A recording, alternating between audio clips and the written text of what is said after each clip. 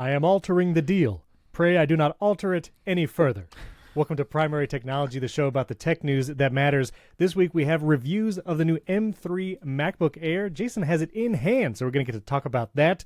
Huge drama between Epic Games and Apple in the EU and the iOS 17.4 update, which should allow them to create a third-party app marketplace, but Apple might have some words about that. Also, Apple was fined $2 billion.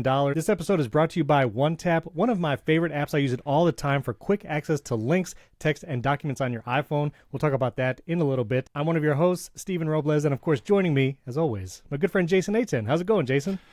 It's good. It's been a long morning, but it's good.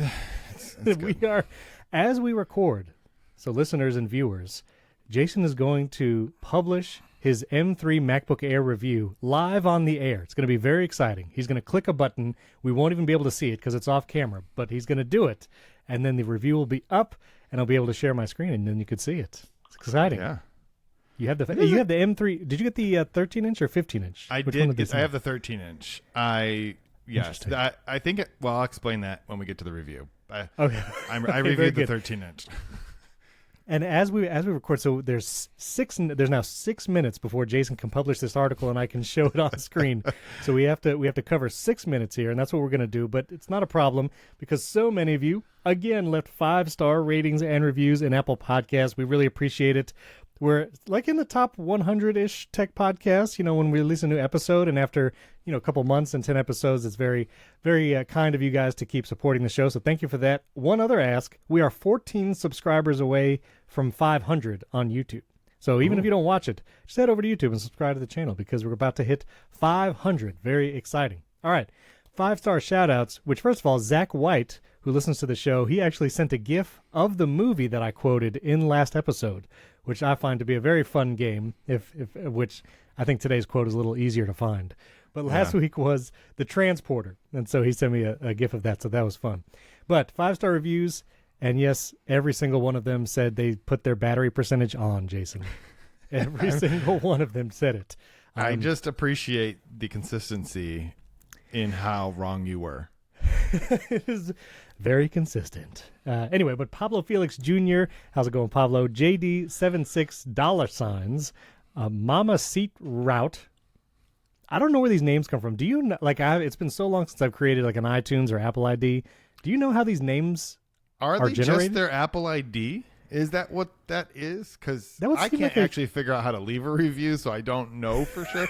But if I do, I'm assuming it would just be like the letters before the at iCloud or whatever. I mean, I would think so. That also seems like a huge security flaw if that's what Apple's doing. It also seems ridiculous that this might actually be some people's Apple IDs. Well, and some of these, even in today's 5-star reviews, there's spaces between the words, which you can't have for an Apple ID. So I don't know. That's true.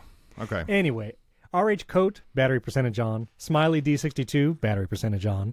Gamman 114, and this you can kind of see like when the reviews start coming in after the episode releases, because now we have people saying whether they use Apple Maps or Google Maps, which is great because we're going to talk about that in our personal tech section. But he uses Apple Maps.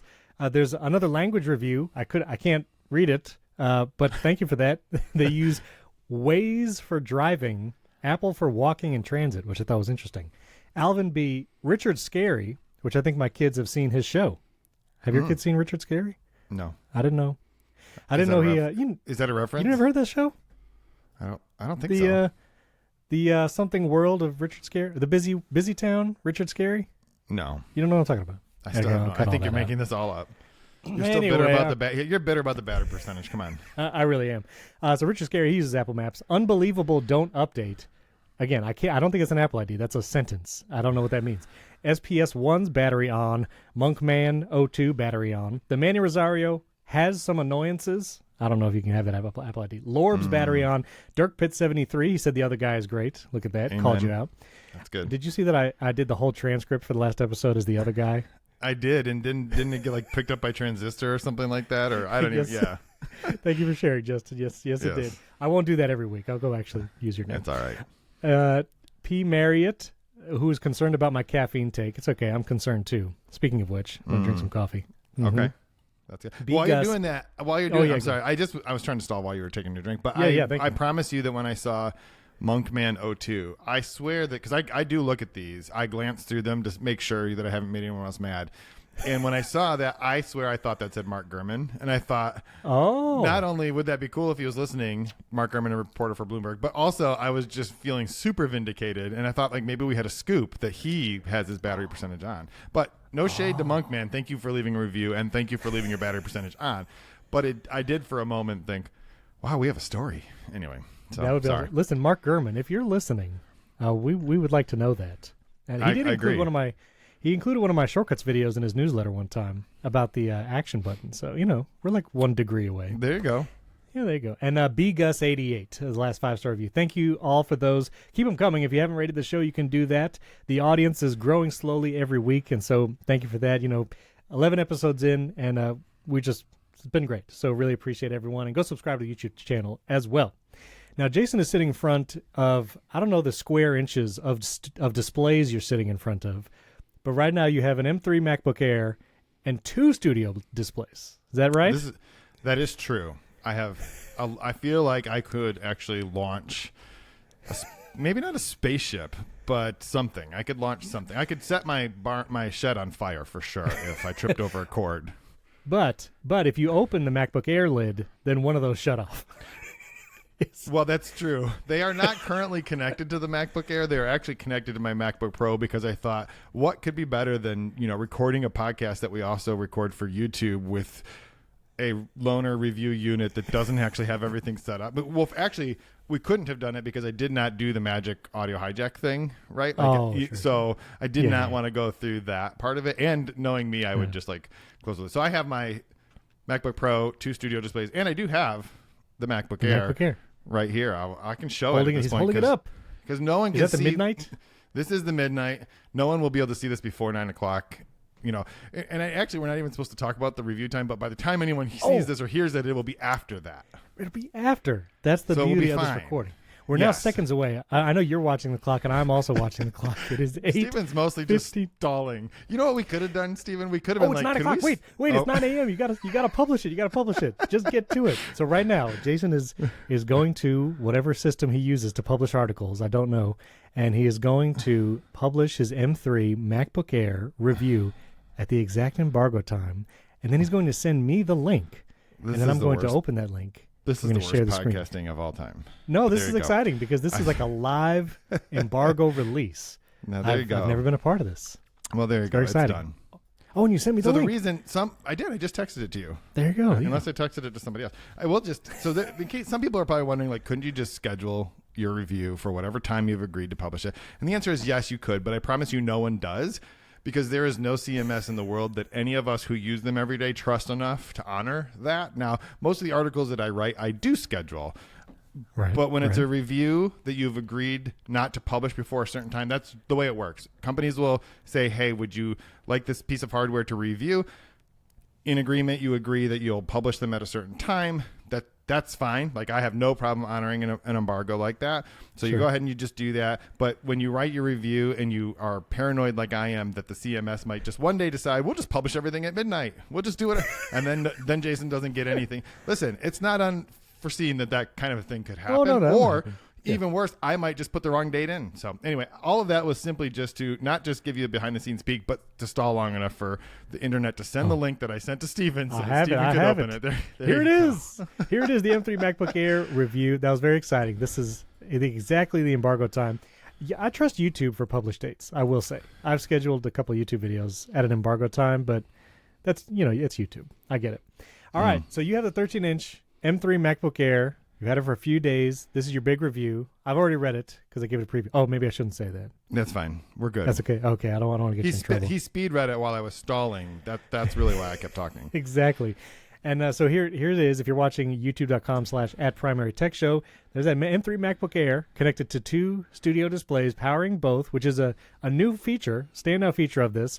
But if you open the lid of the MacBook Air, then one of them turns off. Is it random which one turns off, or is it consistent? So I believe, I did not ask the question. I do believe that there is a system to it. I did not spend enough time plugging and unplugging displays to figure out which one. Because the first time I did it, I actually did take a photo of it, which is really weird because people just see a photo of a laptop with the screen open and one screen on and one screen off. It's kind of meaningless. It doesn't make any sense at a glance. But then I did it again later, but I don't actually know if I plugged the two cords into the same ports, right? So, but I will say, but here's the thing. That doesn't seem to matter in terms of the computer recognizing the position of them, which port I plugged into. Because I'm assuming they have like a serial number, and the computer's just like, oh yeah, you wanted this one over there and this one over there. So it's pretty interesting. Cool. But it did know that so I'm using the MacBook Pro right now. This is turning out to be a review of multi-displays, not actually the M3. No, we'll get to the Air. But it does know that my laptop is in the middle. I don't know how it knows that, but it just, when I move my mouse across, it just was like, oh yeah, you must have that there. So anyway. Well, the universal control, like if you do the little control center displays, I mean, you could always move it around. Like it assumes where certain things are. It uses magic. Anyway. Yeah. All right, well, tell me. So you reviewed, I do not have the M3 MacBook Air, so I cannot speak to it, but you reviewed it. Supposedly it's less fingerprinty. Tell me about it. Okay, so if you've ever used an M2 MacBook Air, you've used an M3 MacBook Air. It's just this one has one more number. It's an M3. Really, but the thing is, the M2 MacBook Air, and I wrote this at the time, was basically the best laptop I thought that Apple had ever made for most people. Right now, I have the M3 MacBook Pro sitting here. It's a better overall computer. Steven has a Mac M3 Pro. You have a Mac Studio, but you also have a Mac Studio. When the Mac Studio gets the M3 Ultra in it, it'll be obviously way better than this. That's fine. The M3 version is the same. I mean, if you've seen an M2, you've seen the M3. Although if you've seen a midnight M2, you probably had to turn away in horror because of the fingerprints. And the M3 is not as fingerprinty. It's definitely an improvement. Okay. It's probably not as fingerprint resistant as the Space Gray or the Silver or even the Starlight, but it is definitely better than the previous version. The previous version, people you never see them in public because the owners are ashamed to take them in public because they're just covered with grease, and people think you have a skin disorder. Like, what is going on? What is happening? I do see whenever I've been to an Apple store, I see the midnight, and if it's like a clean midnight, it looks nice. Like I'll see it on the table, I'm like, oh man, it's a nice color. But then if you go see a different midnight and it's all like a lot of people have touched it and Apple hasn't gotten a chance to buff it out, it was pretty gross. I'm not gonna lie. It is pretty bad. But so there isn't a lot different, although it has Wi-Fi 6E. That's like the other big upgrade to it. But so reviewing it, normally you can't review a product after having it for only a few days. But the thing is, I already knew everything about this computer because I've been using an M2 MacBook Air for a while, and before that, an M1 MacBook Air. They do the same sort of thing. I will, there are probably some things that I'll find over some time because I'll continue using this for a while.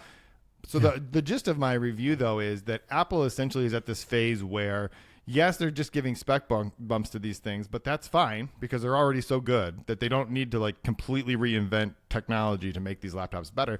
But they are addressing the things that people seem to care about, which in this case, the dual display, people just sort of look at it like, why? It has a monitor and you can plug it into a monitor. That's two displays. How come I can't just have two of them external? And now you can if the lid is closed, which still seems kind of arbitrary. But hey, it's the thing that people wanted, and Apple is addressing those things. There was a time, remember the butterfly keyboard? Where Apple did not care what people wanted. Johnny Ive was just like, this is the way. Actually, he did it in a British accent. This is the way. That's not a British accent, but yes, exactly. And that was just what you got. And if you wanted to use an Apple product, you got whatever Johnny Ive thought you should have. Now, at least they are changing that. I guarantee you, the fingerprints was by far the biggest complaint, and I guarantee you, number two was the dual display support. I don't know. Somebody's going to argue with me that that's not the correct order, but they've addressed both of those things, and it's great. It's exactly what you need. Great. So it looks like a great laptop. I mean, and Apple has said the world's best-selling laptop. I think they claim it pretty regularly, or the world's most popular laptop. A couple questions. So the M3 MacBook Air, I actually forgot my question. But anyway. Well, let me answer a question you didn't ask. So, please. What does this thing do that the previous versions don't? Well, the answer is basically nothing. Although Apple will tell you, and actually in their press release they said that this is the best consumer laptop for AI. I did not write anything about AI in my review because it's completely it's just words that you put when you have nothing else to say about a product because it's just that good. So you have to come up with things. Because it's like, you know what the M3 MacBook Air is really good at? Running Microsoft Copilot inside Microsoft 365. Now, the thing you have to understand about that is none of that happens on your computer. It's all in the cloud. Every computer, I've told Steven, I have a 2013 MacBook Air that doesn't even have a Retina screen, and I think has an Intel Core i3 with 4 gigs of RAM, and it will run it the same. Because it's all happening on an Azure server somewhere else in out in the world. So as long as you have Wi-Fi, it'll be just fine. So I don't know. Like now, I did put Whisper, Mac Whisper, which is the transcription service that uses ChatGPT, and I did compare it to both the M3 MacBook Pro and an M2 MacBook Air, and as you would expect, it came in between them. The Max is like way faster, and I think the reason is it has like 3 times the GPU cores, so you would expect it to be faster, and it's a little bit faster than the M2 was. Not a lot. My back of the napkin, it was probably about 15% faster. So if that's a thing you do all the time, you probably still shouldn't buy this if you have an M2. And actually, that's the other thing that was interesting. Sorry, I feel like I'm rambling, but I just want to make this one more point. You have the review. It's good. I heard some feedback from people before, after this was announced. Hey, why does Apple keep comparing this thing to Intel MacBook Airs? No one still has them. Yes, they do. A lot of people still have Intel MacBook Airs. You know why? Because normal people keep their computers for 5 or 6 or 7 years. People like Steven and I are not normal. Right. Most people do not. Most people are not staring at 2 laptop screens and 2 studio displays and recording a podcast talking about them. Most people buy a computer that works for them and they use it until they can't turn it on anymore. Right. So there are a lot of people who are still using Intel MacBook Airs, and for them, this will be, I don't want to say life changing, but it'll certainly be work changing. It'll be mind blowing. And even if you're using an M1 MacBook Air, which is an amazing computer, I personally think that that's the other thing we should talk about is it's gone. They killed it. It's dead. You can't buy an M1 anymore. And I feel like that's sad because that was like the iconic design. But even if you have an M1, this is like 60, 70% faster. It'll be amazing. If you have an M2, unless you absolutely desperately need dual display support, in which case, what are you buying a MacBook Air for? I don't know. It's fine. But keep it for 5 years and you'll be good. So a couple things. One, to the point of people use computers until they die. I had to text the other day. I never responded. I should probably respond to them. But it was someone that I helped with their iMacs. It's like a real estate office, and they had a bunch of iMacs, and they were old Intel iMacs, but still the thin displays. So if you wanted to do any work on it, you had to peel off the display. And I actually swapped all the hard drives in those to SSDs because if you remember, the iMacs used to just come with hard drive standard until Fusion drives. The Fusion drive, but these weren't even Fusion drives. These were the 5400 RPMs, base model hard drives. Okay. And everyone complained that they were slow in this real estate office. So I went in there, and this is when I learned how to peel off the screen of an iMac to replace the hard drive with an SSD. The first time I did it, totally screwed up the display. When I actually put it all back together, the display had a big green strip down the middle, and I was like, oh, where's I had to go on eBay, buy a replacement display for this iMac. But anyway. But he texted me just the other day with one of those same iMacs that has an Intel i5 and is still running the SSD I put in there 6 years ago. It has the power symbol when he turns it on, where it's just it looks like the power button and a bunch of text, which is basically the Mac telling you it's done, it's tired of working and it wants to go to the eternal sleep. It just wants to be done. And so I have to have the heart to tell him it's time to update this iMac. But anyway, to your point, people keep computers a long time. They'll probably be comparing it to Intel until what? Probably the M5 until they start only comparing it to the M1, if it's that annual cadence. But the other thing you said, the M1 MacBook Air, which was the last wedge-shaped MacBook Air, which has been the iconic design ever since Steve Jobs pulled it out of a manila envelope, it is gone. So you can't get the wedge shape anymore. It is just the square side. There was a bunch of people online kind of bemoaning the loss of the wedge of the MacBook Air. I wrote a whole article about it. I wrote a whole because I really did think it is for a long time, even after the M2 came out, I still recommended the M1 to a lot of people because for $1,000, it was such an incredible, $899 for education. It was such an incredible machine. It was, in my opinion, it was.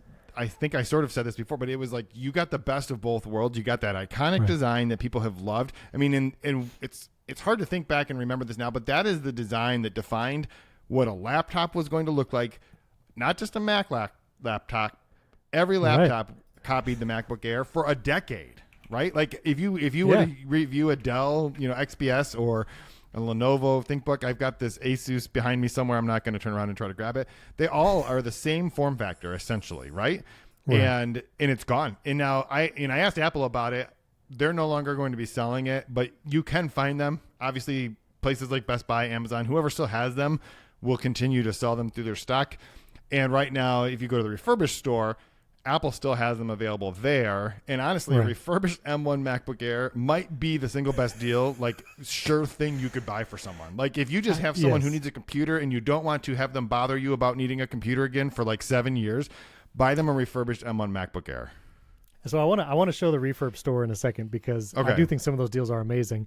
But since this is the end of the wedge design, here's literally the moment when Steve Jobs, we're watching. If you go to youtube.com/@primarytechshow, you can see it. This is Steve Jobs holding the manila envelope.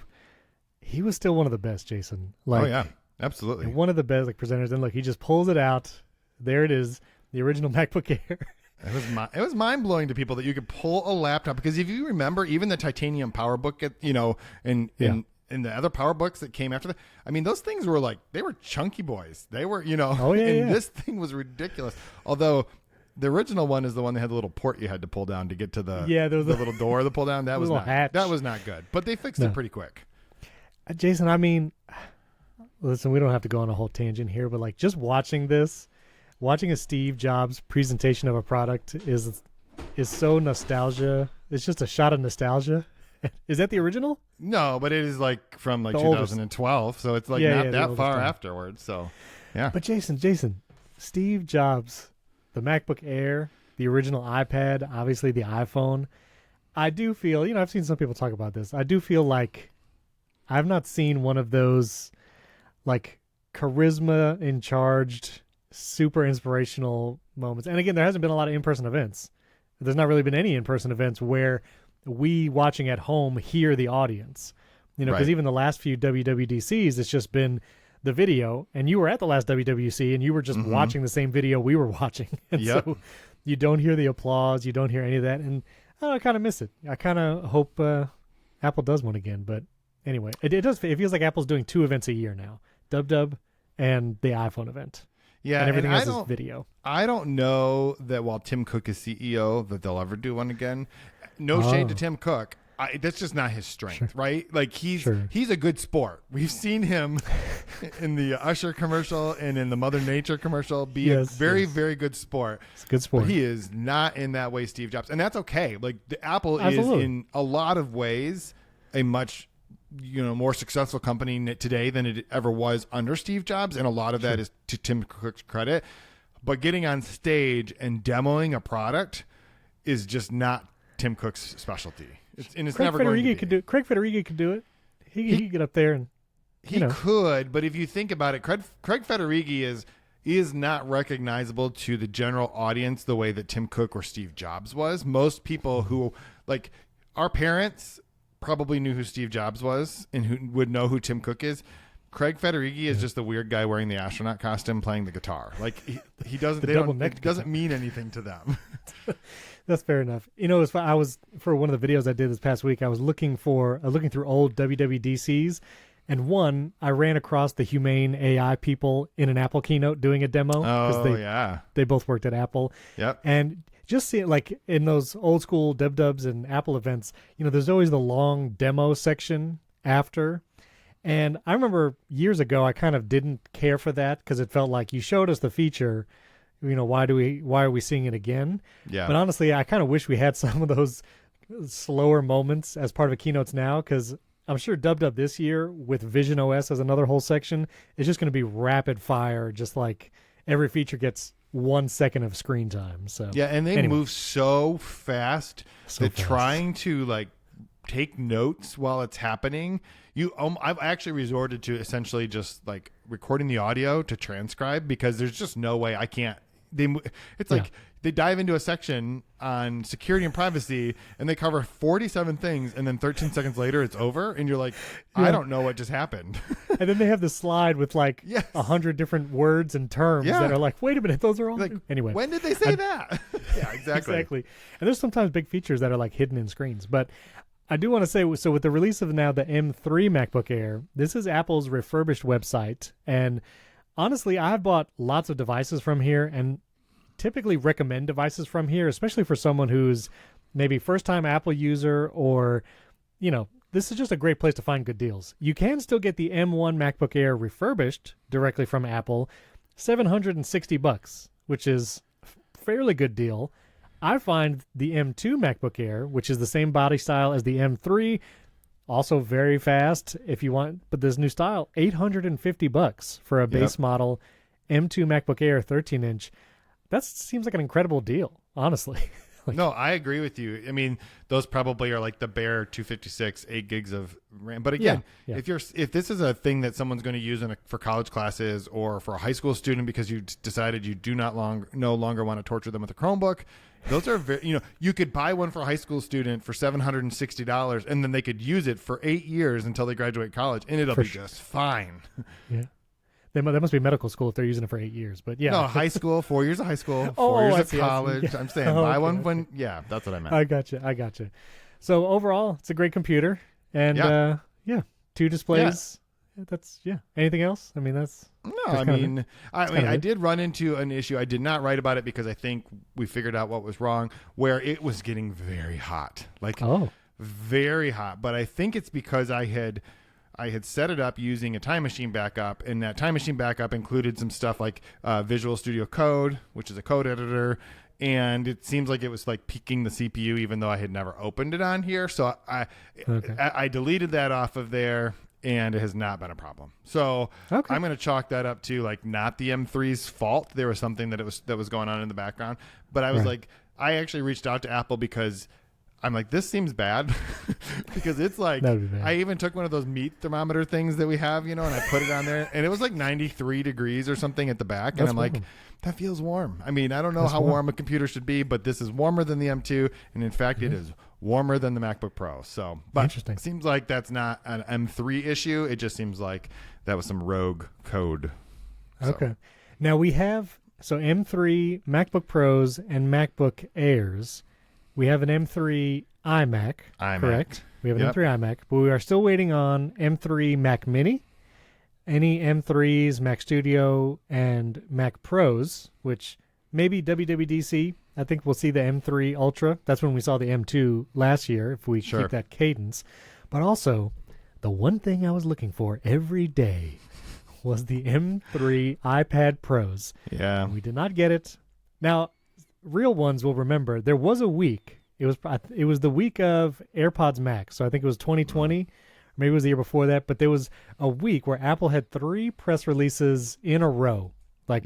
Tuesday, Wednesday, Thursday. And I think it was like AirPods Max. It was maybe a Mac Mini or something and something else. Like it was, just rapid succession. I thought they were going to do it again. I thought they were going to do the hat trick. That's a sports term for everybody who thinks I know nothing about sports. Hat trick. Okay, I know it means 3 something. So 3 what? There you go. 3 wins, right? Or three goals. Baskets. Well, 3 goals. No. So if you only score 3 baskets in a basketball game, you don't actually get credit for that. You get the points, but they don't give you like a trophy. Okay, that's like soccer, hockey are generally the sports where they talk about hat tricks. Okay, so if Michael Jordan wins 3 NBA championships in a row, is that a hat trick? I mean, I don't know technically. I don't. Okay. Maybe somebody would. Nate will send us feedback. I'm sure. Nate's going to text us as soon as this podcast is I just think it just makes you the greatest of all time. So there. I'm going to cover all my bases. Okay, this is not a sports podcast. Right. Okay, so that's the M3 MacBook Air. Link to Jason's review and his farewell to the wedge-shaped MacBook Air. Both of those links will be in the show notes. Remember, Apple Podcast cuts off show notes after 4,000 characters. So if you want all the show notes, you can go to primarytech.fm, which is a great segue because whenever I need to share a URL to our podcast, to a website, to one of my YouTube videos, I use an app, Jason. It's an app called OneTap. Have you heard of OneTap, Jason? This is the first time I've heard of it, so I'm curious. Well, let me tell you about OneTap. So OneTap has sponsored today's episode. I've been using it for a long time. I've included it in lots of videos. And so I'm going to be fancy here if you're watching. There we go. Here it is. So OneTap, you can download it. The link will be in the show notes, and they have a special deal for you. They have a special deal today, just today only. So I'll get to that in a second. But with OneTap, what you can do is you can create shortcuts. These can be links, it could be documents, it could be photos. And so I'm going to create one right now, actually. So let's say this is a shortcut type, and we want to do a URL. And let's say we want to send people to primarytech.fm. So, they can sign up for bonus episodes or see the full show notes. So primarytech, I probably should spell that right. primarytech.fm. And I'm going to do I can title this shortcut. Let's just call it PTS, Primary Tech Show. And I'm going to add that as a URL. Now, what you do is this is actually a third-party keyboard. And so the first thing you have to do is you go to General, or you go to Settings, General, you go to your keyboard settings, and when you go to Keyboards, here is OneTap, and you want to make sure to allow full access. Privacy and security, everything stays locally on your iPhone. It's not collecting any data or sending any data anywhere. But now that I have that keyboard enabled, let's say I'm in Threads or I'm on Twitter and I want to post something or share the URL to Primary Tech or other URLs that are kind of hard to remember or find, this is actually the third-party keyboard, the little international symbol. I go to the OneTap keyboard and now I have quick access to all links that I share a lot. For instance, whenever I post a picture of me editing on a podcast on iPad mini, someone asks, what app is that? Which is Ferrite for iPad mini. And so I actually just have the YouTube video URL about me talking about editing podcasts on iPad as one of my shortcuts here in OneTap. And I also just added the PTS shortcut. And so if I wanted to share the URL to Primary Tech Show, I could do that as well. And again, this could be URLs, it could be documents, it could be photos. And it has been super convenient to share these URLs just from a third-party keyboard. Now, one of the other things you can do is create groups. So if I go back to the OneTap app, you can create a folder. And we can call this maybe videos or something because I have multiple videos I kind of routinely share, like smart home and stuff. And now I can add stuff to the videos folder. Well, I'll create another shortcut, and this again will be a URL.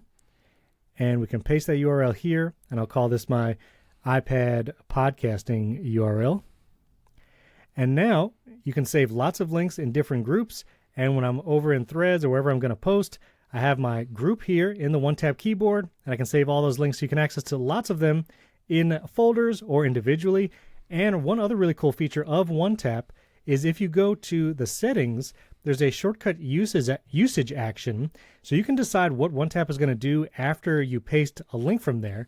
And so I can choose to switch back to the default keyboard. So OneTap, I do use it all the time to share links to my videos and other websites. So here's what you do. There's a promo as you listen to this. Today only, literally today only. So if you're listening, you're watching, that's why it pays to listen and watch. The day this comes out, there's a deal.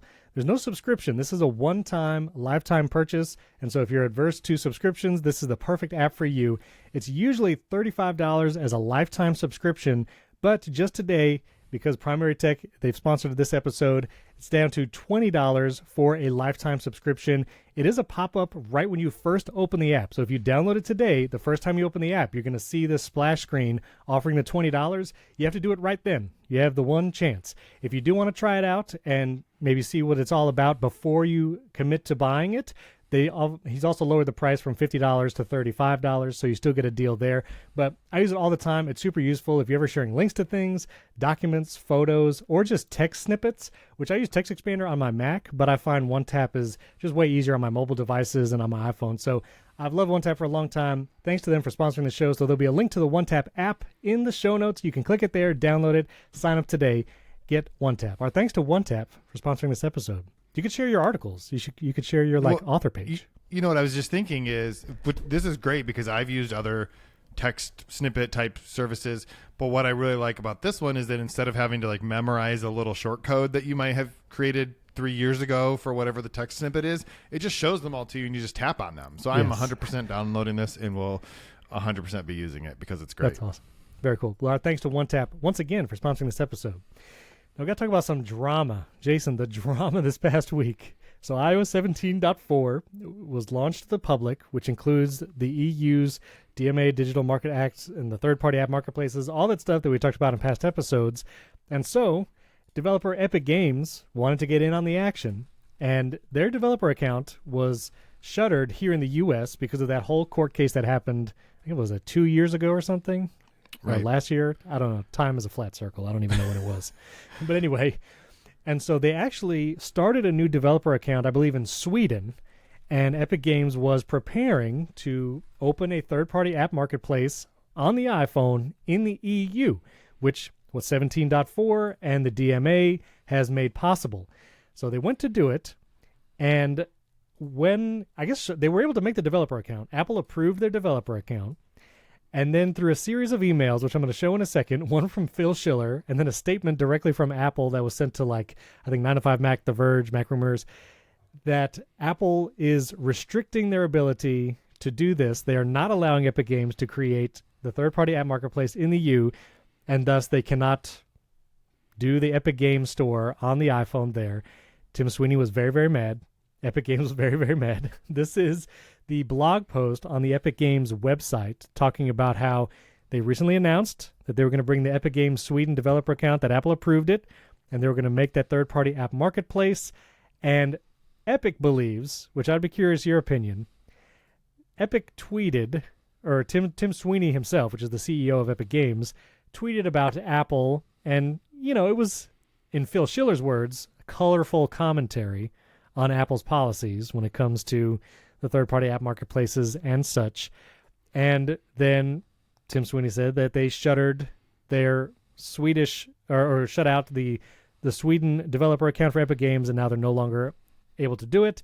And Tim Sweeney, in this Epic Games blog post, published email chains between him and Phil Schiller. This last email, if you're watching, we'll put a link to this as well in the show notes.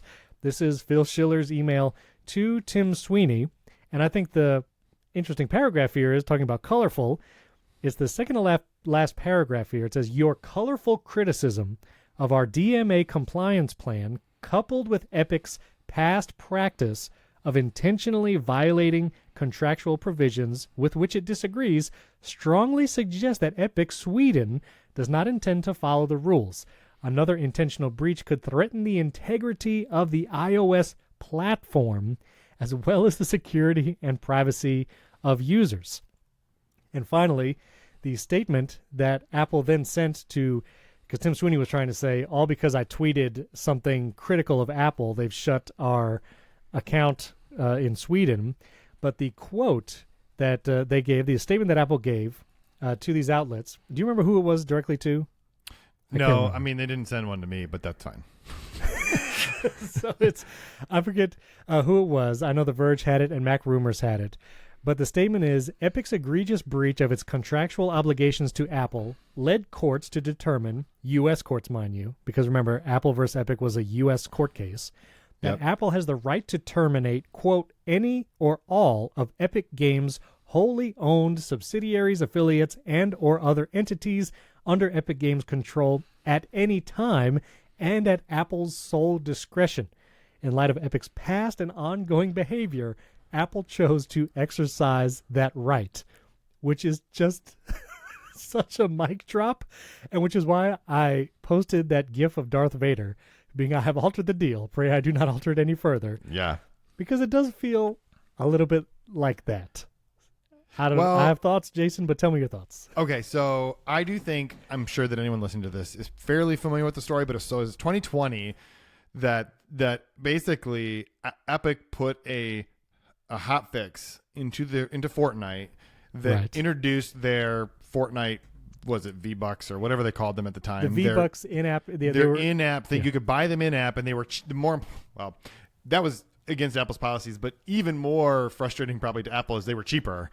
Right, Fortnite was going to sell them to you cheaper in the app than you could get them through Apple's in-app payment system, because they were trying to highlight the fact that you're paying more because Apple forces us to go through and pay them 30%. So they did that. They were skirting around Apple's in-app payment system. And they were skirting around App Review because they didn't submit it through an update. They did a hot fix because games have the ability to download new content within the game, right? But that's sort of a don't abuse this privilege kind of a thing, and Epic absolutely did abuse this privilege, and so Apple revoked their developer certificate and pulled Fortnite from their from the App Store, and then Fortnite or Epic, excuse me, dropped their ad. You remember they ran a commercial Yes. which was mimicking the 1984 commercial, and then they sued, right? And all of this happened at the exact same time with both Apple and Google. So Epic then sued both Apple and Google. Apple mostly won their lawsuit with Epic. Google basically lost. We won't get into the details of that. But then with the DMA, Epic said, we have applied for a certificate or a developer account in the EU because EU developers are able to run third-party app stores, and Epic said they were going to. I think the most interesting thing is if you look at the end of Phil Schiller's email, he goes through all of that, and he's like, listen, you've entered into agreements with us before. You have checked the box that says I agree to adhere to all of the terms of the developer agreement, and then you went and did the thing that we all know that you did. And so my question is, it's his very last question. He goes, in plain, unqualified terms, please tell us why we should trust Epic this time, which, let's be honest, is a valid question, right, from Phil Schiller. And Tim Sweeney's response is basically like, oh, no, we really, really, really promise. Like, we will comply with all of the terms. That in plain, first of all, Phil Schiller is an Apple fellow now. Like, he's not an SVP anymore. I think it's He does oversee, events in the App Store, though, kind of ish. Does he? Okay. Yeah. I found that interesting that he is the one emailing Tim Sweeney directly. And so Tim Sweeney's response to Phil Schiller via email, with Phil asking, tell us why we should trust Epic this time, Tim Sweeney's response was, thanks for reaching out.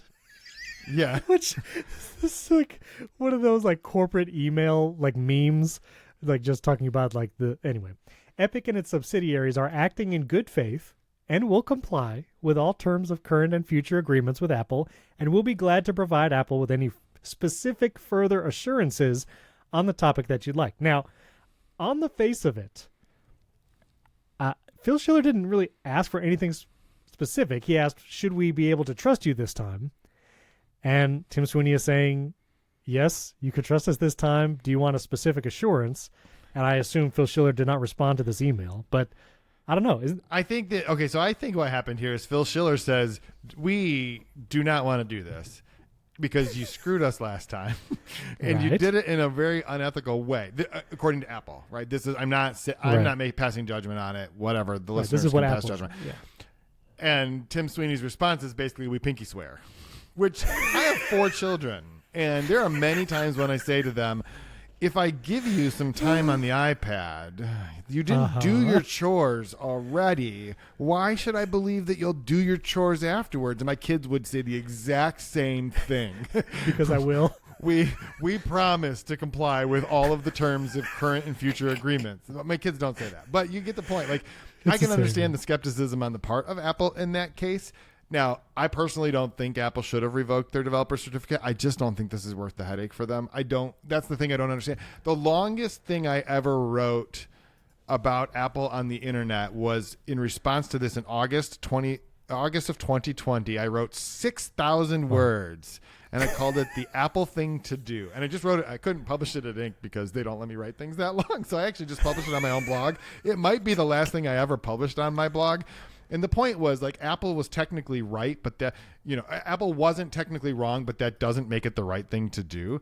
And so I just think, who needs this headache? And it leads into the next thing that we're going to talk about, which is they're just getting slapped around by the EU left and right anyway. So it's I don't know why they need this headache. Yes, Epic was almost certainly going to go back on the agreement at some point. But even still, you could have taken action then. It's I don't know.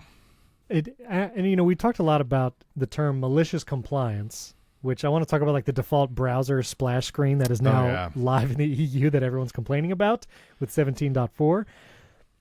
There's malicious compliance, and then this, I don't know if it just feels malicious, it feels, and now I'm also not a lawyer, and so the fact that it was a U.S. court ruling that Apple could do whatever it want.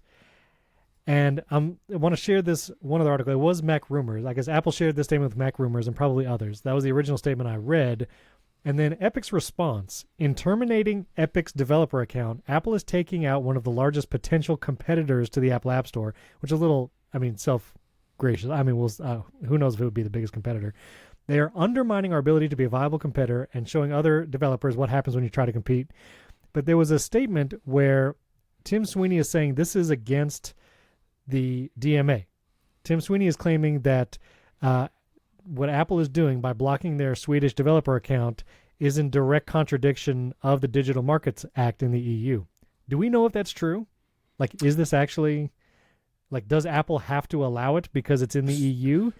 So Epic did send me a statement, and it's mostly their newsroom post with some additional color, including all of those emails. And it says, so I'm just going to assume that this is true because I have not read all of the DMA, but it says Article 6, Subsection 4 of the DMA says the gatekeeper shall allow and technically enable the installation and effective use of third-party software applications or software application stores using or interoperating with its operating system, a bunch of other things that don't matter. So I think generally speaking, neither of us are lawyers, but the idea where it says shall is like you have to do this thing as opposed to may, which is like you can decide to do this thing.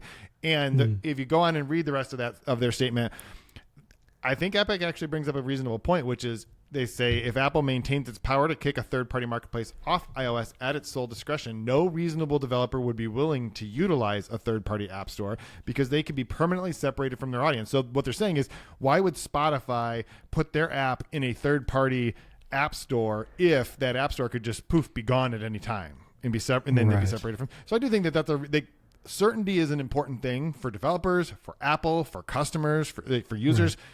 I just think, I just go back to, do you need this headache? Is it a bigger headache to have Epic do what they're going to do in the EU alone? Or is it a bigger headache that now this case was over, right? They sued, they countersued. We got to see Tim Cook on the stand. The judge basically gave a victory to Apple. Then, it went up through the courts and essentially all of it was affirmed with the exception of the one thing which said you have to, anti-steering, you had to stop doing that thing. Yeah. And we're done with it. Epic was going to do their store. They were going to collect 50 cents every time an app was downloaded. Think about the money that they are giving up. They're just saying nope, and they're going to have to deal with this. And I would be very surprised. I'm sure that the European Commission is going to be like, no, you have to allow this. I don't know how any of it works. That just seems like the only logical outcome at this point. Yeah. So if you're going to have to do it anyway, why are we doing this? And from the outside, again, I'm not a lawyer. I don't know the ins and outs. It does feel more spiteful than, and what Phil Schiller said in that email was, this might jeopardize the security of the iOS platform. That is pretty intense, which I remember you talked about. You had heard Craig Federighi talk at the Web Summit. Yep. Where he was very vocal about, side loading will destroy or, I forget what the exact word was. It will set your house on fire was, I think, the quote. Well, maybe not that. That wasn't the exact quote, but it was not good. It was going to be very, very bad. Very against side loading. And so, we get it. We get it. And Apple has no problem communicating the possible risks to users. I'm sure that there would be, we've seen screenshots where there would be a ton of splash screens if you were going to download a third-party app marketplace where Apple is telling you basically, don't do this. This is dangerous. Don't do this. Apple has no problem. They would do that. It feels a little exaggerated, maybe, is the right word, to say, this will, breach the security of iOS, which, again, even with the Digital Markets Act and third-party app marketplaces, Apple still gets to mandate things like sandboxing for apps. And so I don't think they would, even if there was something malicious in a game, again, I'm not a developer either, but it doesn't seem like that would be as big of a risk as Phil Schiller is making it out to seem. So, just as a broad, a big picture, it's not a great look on Apple. It just doesn't look great, especially with the $2 billion fine from the EU, which we could talk about in a second, and just all this 17.4, all this mess kind of thing. I don't know. It just doesn't, it's not a good look. Yeah, and I actually think that's a good segue because I don't think you can separate this action by Apple from its response to the fine that the EU has just issued to the European Commission. There is a difference, I guess, between the EU and the European Commission. The European Commission is like the government of the EU, whatever. Did you read their entire statement on this too? So Apple, no. I'm sure you were going to set this up, so I apologize for jumping forward, but I actually think that Apple's statement in response to being fined $2 billion, right? And essentially what happened was Spotify, I think it was like 2019, filed a complaint against Apple. And the reason was that they felt that it was unfair that they could not tell their customers that they could sign up on the web because Apple has a streaming service called Apple Music that directly competes with Spotify. So it's kind of like Apple's like, I can take your $10 subscription for Apple Music, or you can sign up for Spotify and I still get $3. It's just like, wait, that doesn't seem fair that you just get the money no matter which streaming service people sign up for, especially when you have one. So of course, like they would have had to charge $13 to make the same amount of money as Apple. So they were basically complaining it was an unfair competition. And if you've used Spotify, like you haven't been able to sign up in the app. You have to have a Spotify account that you go to the web to sign up for. So they filed this complaint. It went through all of this process. And as a result, Apple was fined $2 billion and ordered to no longer prevent music streaming services from posting their prices in the app and then directing people to go and do them elsewhere. The funny thing about it was we heard about this a couple of weeks ago. I think we even mentioned it on this podcast that Apple was about to get fined $500 million. And it's interesting because that was the Financial Times, which always is the place where these types of things in the EU are leaked. And it's almost as if they leaked that they were going to fine them $500 million, and a bunch of people were like, no, that's not enough. Keep going. And so they came back and they actually issued the fine, and it was $2 billion. Yeah. And so Apple published a response, and I am working on a piece I haven't published yet, but there are over 1,500 words in this response, and 52 of them deal with the European Commission's response, and all the rest of them are about Spotify. All the rest of the words, and there's only 4 words in this piece that matter, which is Spotify pays Apple nothing. That's actually a subhead in the section where they talk about it. And so when you read how angry they are at Spotify, it is very hard to look at the Epic thing and just not see spite. And if you look at the last 6 months to a year, you look at the Apple Watch Series 9 and Ultra 2, which is now shipping with one less feature than announced because Apple doesn't want to pay Massimo for a sensor. This situation with Epic Games, the $2 billion against the Spotify thing, just overall not a good look. And, even if the Spotify thing is going to happen either way, I could be wrong, but I feel like if they had just allowed Epic Games to do this thing, which is only in the EU, and which is like part of the DMA that they, which it's just law now. Yeah. It would have been better. Like it just would have been better look on Apple. I think it would have been, rather than have this whole dust up, which it was interesting when Apple had the newsroom about the MacBook Air, the M3 MacBook Air. It was like 45 minutes before that, there was a newsroom about the DMA, I think, in 17.4. And then it was like, M3 MacBook Air. And it's like, we see what you're doing.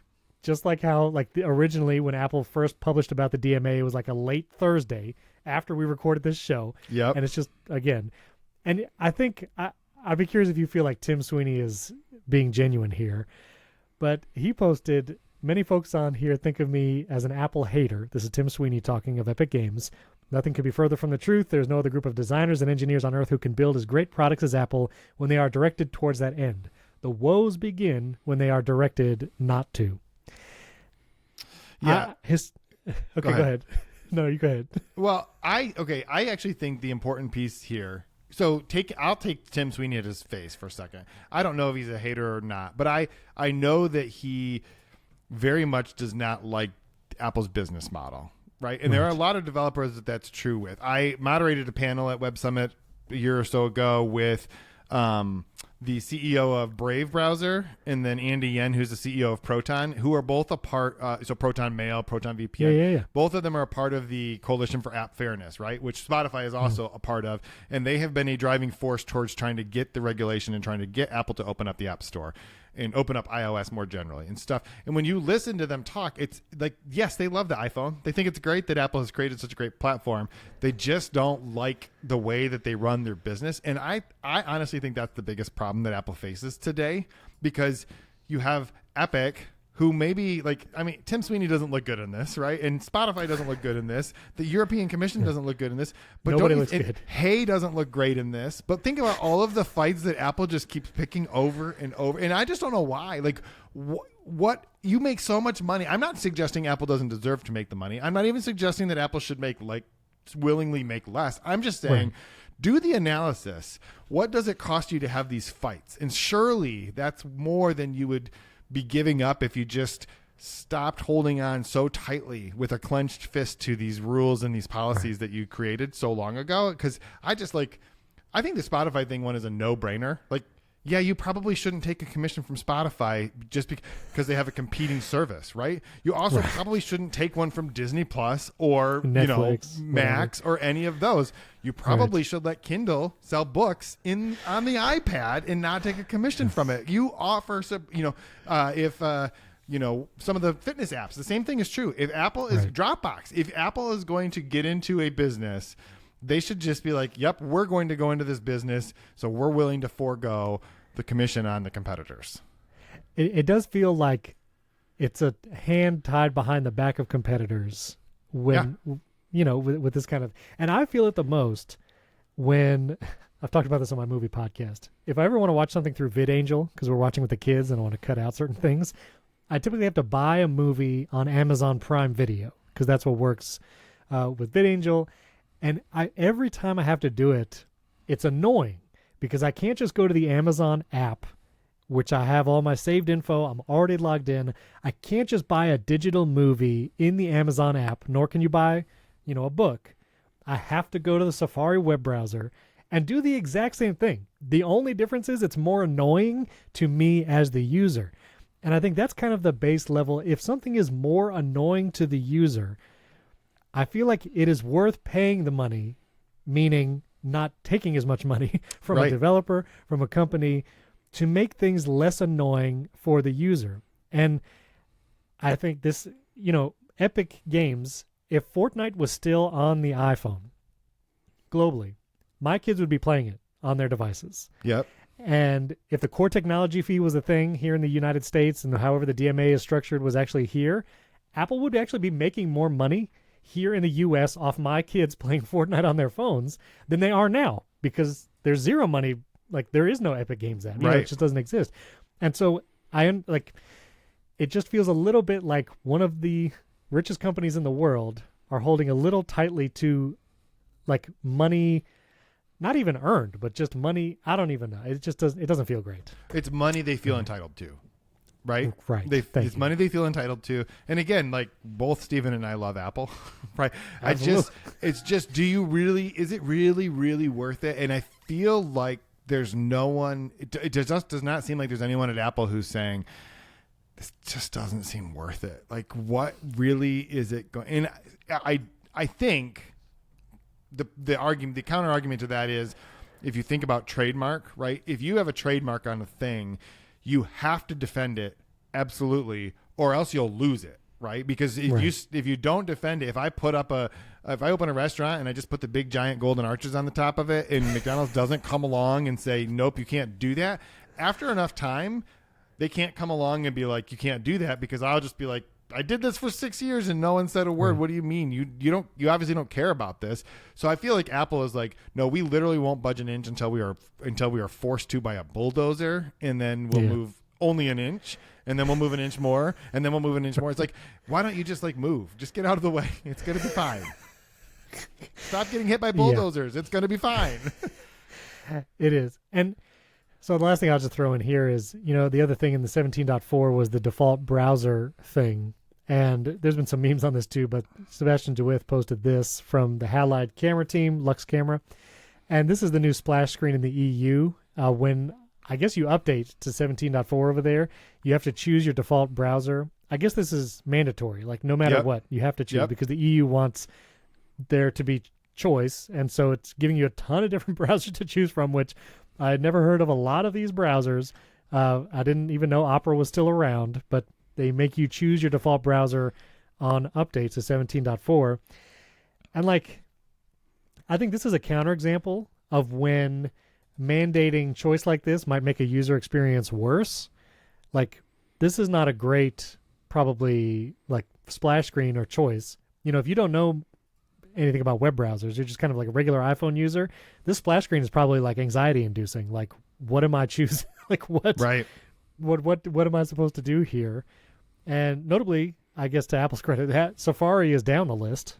It seems like Firefox is the top choice, Ecosia, and then Microsoft Edge, DuckDuckGo, Onion browser. Never heard of that. Anyway, this feels like this is what happens when a law mandated by an organization like the EC, the European Commission, makes the experience worse for users. And so there's nuance here, but yeah, Apple should just let Epic Games do that. And I mean, anyone can change their default browser. Like you can change your default browser right now. You don't need a screen for that. What the reality though is, no one does. No one changes their default browser. By far, everyone uses Safari. And on what happened when they forced this on desktop, we went from Internet Explorer to now we have Chrome. Chrome is the default browser on everyone's computer. People just download it because you got rid of Internet Explorer. Congratulations. Now we have a new monopoly on browsers, and it's just Chrome on desktop, and it's Safari. Now, the funny thing about this is there's actually only 3 browsers on there. There's Safari, there's Firefox, and there's Chrome. Everything else is just a version of one of those things. Now, Safari, technically right now, they are all Safari. But the other thing that Apple did is allowed the third-party browsers to use their own browser engine. But guess what? They all use Chrome. Right? Like, except for Firefox and Safari, Edge, Chrome, Ecosia, I don't know for sure because they really do hate Google. They use Bing search. Brave is Chrome. Chromium. I'm sure DuckDuckGo is Chromium. I'm sure like Opera, I think is the Tor thing. Like it's like if you're trying to access like the deep web or something like that. I think that's what the Onion browser is for. I don't know. I've never tried this myself. A bunch of people are trying to figure out, what did he say? The deep web? Don't Google it. Just trust me. It's just a thing. I don't know what that is. Anyway. Yeah. So anyway, it's a weird time for all this, but I guess this also means that the European Commission approved Apple's changes, because I thought that was also still up in the air. They went into effect yesterday, right? March 6th. Yeah, everything went into effect yesterday. So I guess we're going to find out. I don't know. We'll see. So anyway, it's been quite the drama. This is going to be an ongoing saga. I'm sure there'll be more court cases, which we'll cover. But let's talk about a lighter topic here, Jason. Okay. Let's round out the show. I had some other things here in the notes, but those are not light topics either, and I don't even know about them enough to talk about it. So we'll go to our personal tech segment, Apple Maps versus Google Maps versus Wave. Curious what we know. And then for our bonus content, did you see Dune 2 yet? I have not seen Dune 2 yet. Okay, well, I have another topic I want to talk about. But anyway, okay. So personal tech. Last week we talked Apple Maps versus Google Maps. Obviously, a lot of you reviewed and said Apple Maps default. A couple Waze users out there. Jason, what is your go-to Maps application? I use Apple Maps. I've been using it since it sucked, and it doesn't suck anymore, and so I use it. I should be careful. I think my mom listens to this podcast, so I should just choose my words more carefully. But I use Apple Maps because it no longer is bad. It's better now. Google Maps is fine. I don't really care. It's just the convenience. Of course, I'm making the argument for why Apple's big, terrible monopoly. But if I search for something and it pulls it, it's going to open it in Apple Maps, right? It's just the way that it works. If I tap a link in Fantastical, it's going to open it in Apple Maps. And guess what? Apple Maps is actually really good now. It has not gotten me lost in probably 13 or 14 years, so it's fine. I'm not worried about it. There were times when it would send you down roads that didn't exist, and that was bad. Sure. But I use it. I do use Waze often in our car because the Tesla has the built-in navigation, but Waze has some features that are really useful if you're going on a long road trip. Like it'll tell you when there are cops in the median. It'll tell you when there's an accident up ahead. It tells you all those things, and so I do prefer that. Although Apple Maps technically has that as well. People just don't do it. There's a type of user that chooses Waze, and they are the people that are constantly tapping that little button to say there's a thing. The people in Apple Maps don't really do that. But I do see hazard ahead, speed check ahead, in Apple Maps, in the CarPlay thing. I see all that happen, which, to be clear, Google bought Waze a number of years ago. Yeah, but they're still completely separate, though. They're completely separate, also 2 different apps. So like you, I've also used Apple Maps ever since it stunk. I appreciate you saying that for my mother's sake. Yeah, exactly.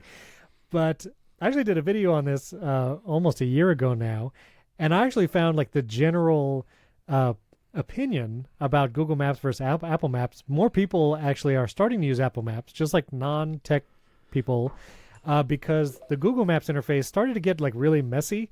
And like if you go, I'm gonna go to Google Maps here. There's suggestions in this like drawer. There's lots of tabs on the bottom, and you got the quick searches up here, which is okay. But then also like just trying to like get directions or add a stop, it can be a little cumbersome sometimes. And I just know this because I don't use it regularly, but I did it for a video. And so I do feel like Apple Maps is good, like you're saying, and that's my default. I use it all the time. I will say there are still sometimes businesses don't know that you have to claim your business in Apple Maps if you want to like get the address on there and make it searchable and all this kind of stuff. And so if you do own a business out there and you have not done it, there's a website. I think it's Maps Connect or something. I'm sending you a link because I did write about this. I'm sending you a link that you can. This is last January, but in Apple Business Connect, you can do all of those things, and you can control how you appear in Apple Maps, Siri, Safari, and Wallet. So there you go. Right, exactly. So if you own a business, or there's just a business you love whose information is still not like in Apple Maps or not accurate, have them do this. It's free. They can add nice pictures, and it's still kind of annoying when you have to look at pictures for a lot of locations because Apple still incorporates Yelp because they don't have their own database of photos just yet. And so if you want to choose a picture, it like throws you over to the Yelp app. But Apple is trying to build its own database of photos of businesses. You can submit photos directly in Apple Maps for a business and also thumbs up or thumbs down a business. And I do try to do that. Like if I find a new place, like I want to build up the whole Apple Maps database.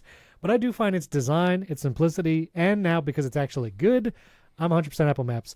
There are the rare occasions when like we're going on a trip, maybe it's a road trip for a few hours, and if there's traffic, sometimes there'll be an alternate route that Apple Maps just doesn't show you right away.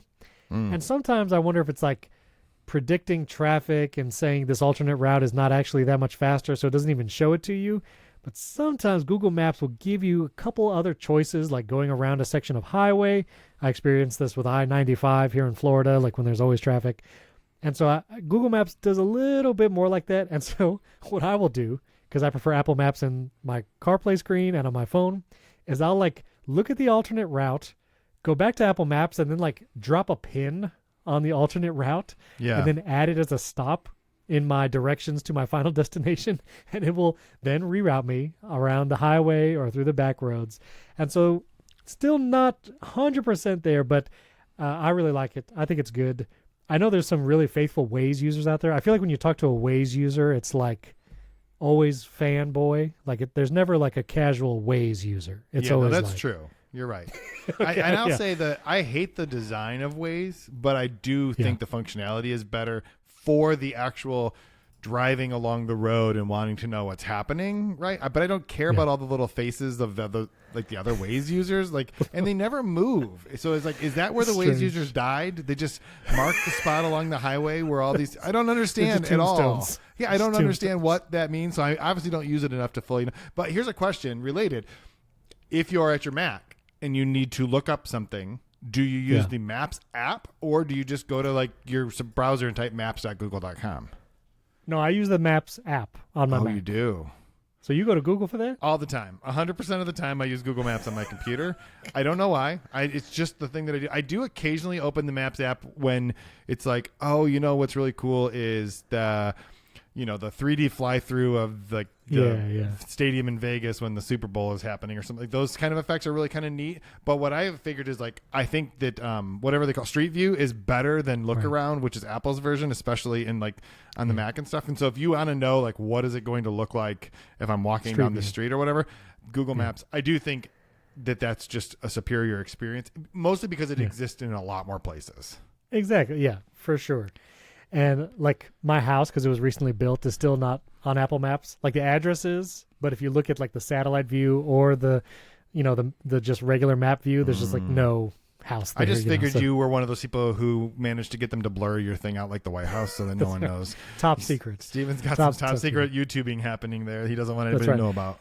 One last thing I will say on my iPhone, because if you do search for a business in Safari, it will show you by default, if Google's your default search engine, it'll show you the Google Maps business result. And if you tap the directions, it will take you to the Google Maps directions as opposed to Apple Maps. And there is an extension. I covered this in one of my videos about it's just great Safari extensions, that you can get this extension and it will open those direction links in Apple Maps rather than Google Maps. And so even if you search in Google and you're looking like, here is, like I just searched for Apple Park. It would take it's a little bit of a drive, 41 hours, but I could get there. Okay. This is the Google map results. If I click start, it will actually throw me over to Apple Maps. And so if a business comes up in a Google search and it has like directions to it, it will automatically open that business in Apple Maps rather than Google Maps. So it's a pretty cool extension. It's called Mapper. And yeah, highly recommend. I'll put a link to that video if you want to see it in action in the show notes. But yeah, Mapper. I like that. All right, so we're going to talk about our bonus content. I want to ask Jason if he knows how the internet works across the oceans. I definitely do not. So if you want to listen to the bonus Steven, episode, I can't even get internet to come from my house into my office in the backyard. You think I understand how it goes across the ocean? You are going over like some kind of microwave frequency, right? It's traveling through the air. I have an undersea cable that goes under the ground. Oh, see, you know how it works.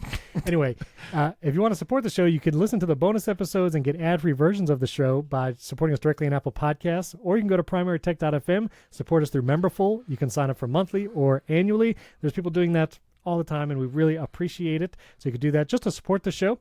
And also, we'll mention again the great sponsor for this episode, OneTap. If you want a quick way to share links, text, or documents right from a third-party keyboard, create automations where it'll automatically go back to the default, folders, all kinds of stuff. I use OneTap all the time to share links to my videos, websites, and this podcast. You can download OneTap at the link in the podcast episode show notes, primarytech.fm. You can also get the show notes there as well. Our thanks to OneTap for sponsoring this episode.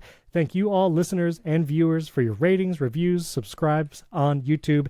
And now we'll go to the bonus episode, and we'll catch you next week.